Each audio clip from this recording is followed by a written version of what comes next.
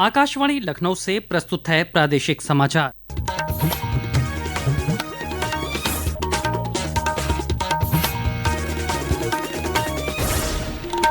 मुख्य समाचार। लखनऊ के शुभांशु शुक्ला एक्सियोम 4 मिशन के तहत अंतरिक्ष स्टेशन के लिए रवाना। कैप्टन शुक्ला ने अंतरिक्ष से संदेश भेज इस मिशन को बताया भारतीय मानव अंतरिक्ष कार्यक्रम की शुरुआत। प्रधानमंत्री नरेंद्र मोदी ने कहा 140 करोड़ भारतीयों की उम्मीदों को लेकर आगे बढ़ रहे हैं शुभांशु शुक्ला। मुख्यमंत्री योगी आदित्यनाथ ने भी दी शुभकामनाएं। केंद्रीय मंत्रिमंडल की बैठक में आगरा में अंतर्राष्ट्रीय आलू केंद्र के रीजनल सेंटर की स्थापना को मिली मंजूरी। किसानों ने जताया प्रधानमंत्री का आभार। आपातकाल के 50 वर्ष पूरे होने पर आज मनाया जा रहा है संविधान हत्या दिवस। लोकतंत्र को बचाने के लिए बलिदान देने वालों को दी जा रही है श्रद्धांजलि। और प्रदेश में रुक रुक कर बारिश से पश्चिमी जिलों में नदियों का जलस्तर बढ़ा। प्रशासन ने बाढ़ चौकियों को किया अलर्ट।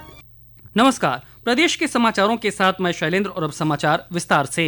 लखनऊ के रहने वाले भारतीय वायुसेना के अधिकारी और अंतरिक्ष यात्री ग्रुप कैप्टन शुभांशु शुक्ला ने आज फ्लोरिडा में नासा के केनेडी स्पेस सेंटर से एक्सियोम मिशन 4 के पायलट के रूप में सफलतापूर्वक उड़ान भरी। कैप्टन शुक्ला अंतरिक्ष की यात्रा करने वाले दूसरे भारतीय अंतरिक्ष यात्री हैं। उनसे पहले वर्ष 1984 में विंग कमांडर राकेश शर्मा ने सोवियत मिशन के हिस्से के रूप में अंतरिक्ष की यात्रा की थी। पेश है एक रिपोर्ट। भारतीय अंतरिक्ष यात्री शुभांशु शुक्ला को अंतरिक्ष में ले जाने वाले एक्सियोम 4 मिशन का नेतृत्व अमेरिका की कमांडर पैगी विटसन कर रही हैं। इसमें भारतीय वायुसेना के group captain Shubhanshu Shukla mission pilot हैं और हंगरी के अंतरिक्ष यात्री टिबोर कापू तथा पोलिश अंतरिक्ष यात्री स्लावोस उज्नान्स्की विस्निवस्की मिशन विशेषज्ञ हैं। इसरो ने एक सोशल मीडिया पोस्ट में बताया कि एक्सियोम 4 कल भारतीय समयानुसार शाम 4:30 बजे अंतर्राष्ट्रीय अंतरिक्ष स्टेशन से डॉक करेगा। अंतर्राष्ट्रीय अंतरिक्ष स्टेशन पर चालक दल लगभग 2 सप्ताह बिताएंगे, जहां वे माइक्रोग्रेविटी अनुसंधान, प्रौद्योगिकी प्रदर्शन और आउटरीच कार्यक्रम आयोजित करेंगे। आकाशवाणी समाचार कक्ष से तनवीर फातिमा।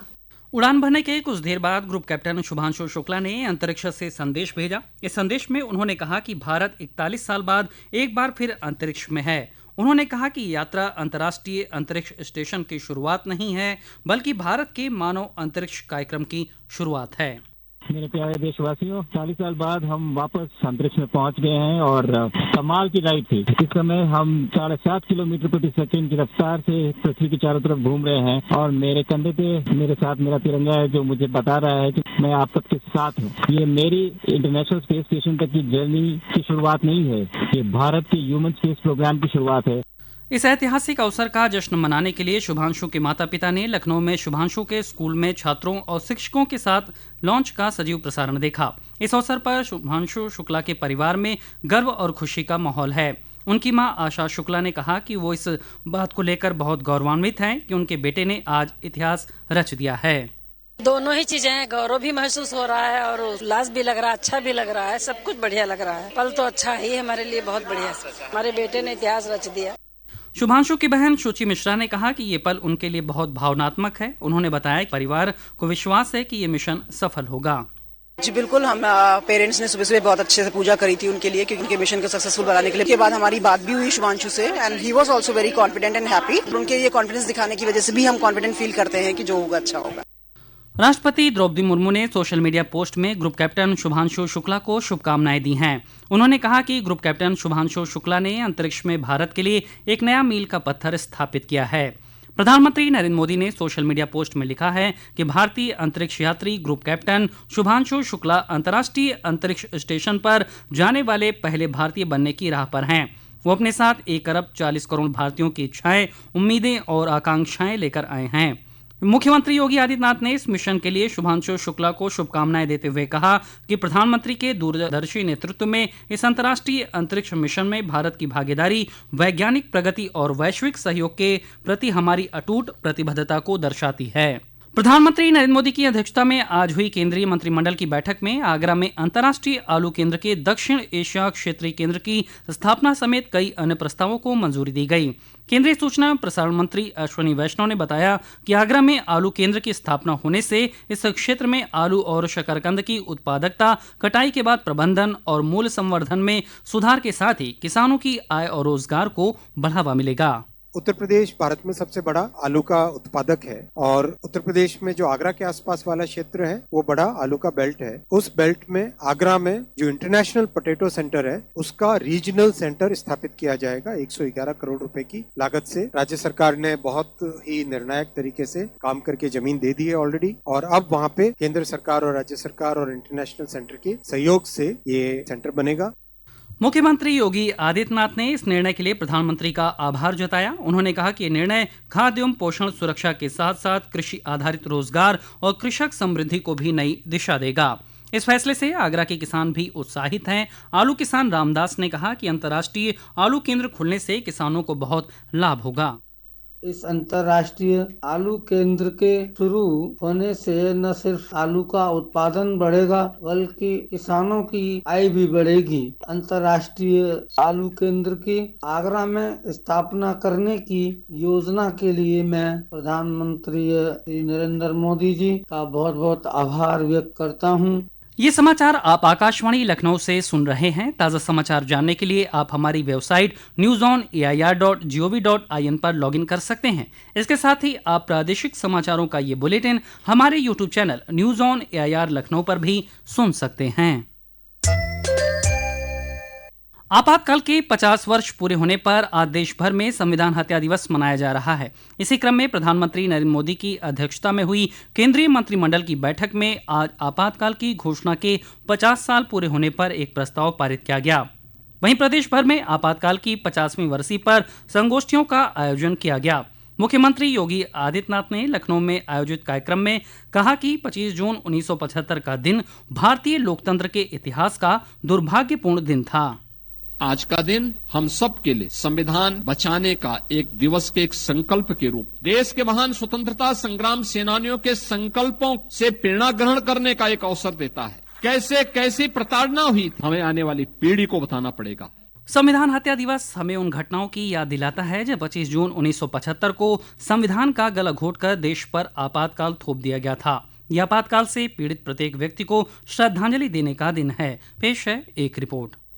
आपातकाल के दौरान जयप्रकाश नारायण, मोरारजी देसाई, अटल बिहारी वाजपेयी, लाल कृष्ण अडवाणी और अन्य विपक्षी नेताओं को आंतरिक सुरक्षा अधिनियम मीसा के तहत गिरफ्तार किया गया था। शाह आयोग की रिपोर्ट के अनुसार इस अधिनियम का बड़े पैमाने पर इस्तेमाल किया गया था और लगभग 35,000 लोगों को बिना किसी सुनवाई के हिरासत में लिया गया था। भारतीय जेलों में 1,83,000 की क्षमता के मुकाबले 2,20,000 से अधिक कैदी थे। इनमें से 1,26,000 से अधिक विचाराधीन कैदी थे। आकाशवाणी के मन की बात कार्यक्रम में अपने विचार साझा करते हुए प्रधानमंत्री नरेंद्र मोदी ने कहा था कि आपातकाल के दौरान अत्याचारों का सामना करने के बावजूद लोगों का लोकतंत्र में विश्वास बरकरार रहा। जब इमरजेंसी लगाई गई उसमें देश के नागरिकों से सारे अधिकार छीन लिए। लगभग 21 महीने तक चले आपातकाल के दौरान मौलिक अधिकारों को निलंबित कर दिया गया था और मीडिया पर प्रतिबंध लगा दिए गए थे। अनुपम मिश्र, आकाशवाणी समाचार, दिल्ली।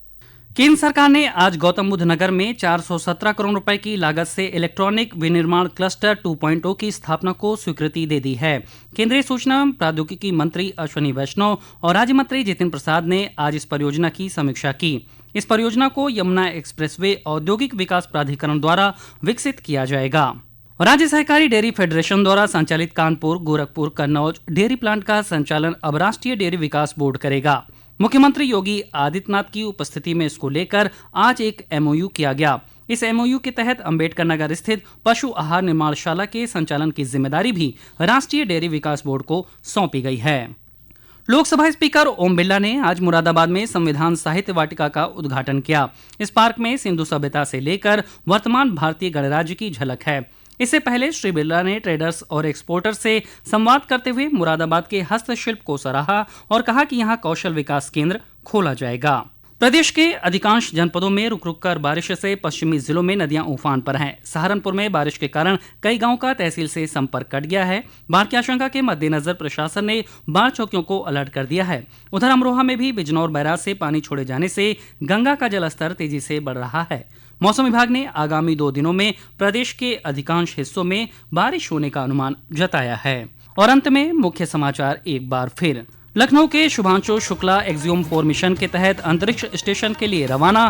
कैप्टन शुक्ला ने अंतरिक्ष से संदेश भेज इस मिशन को बताया भारतीय मानव अंतरिक्ष कार्यक्रम की शुरुआत।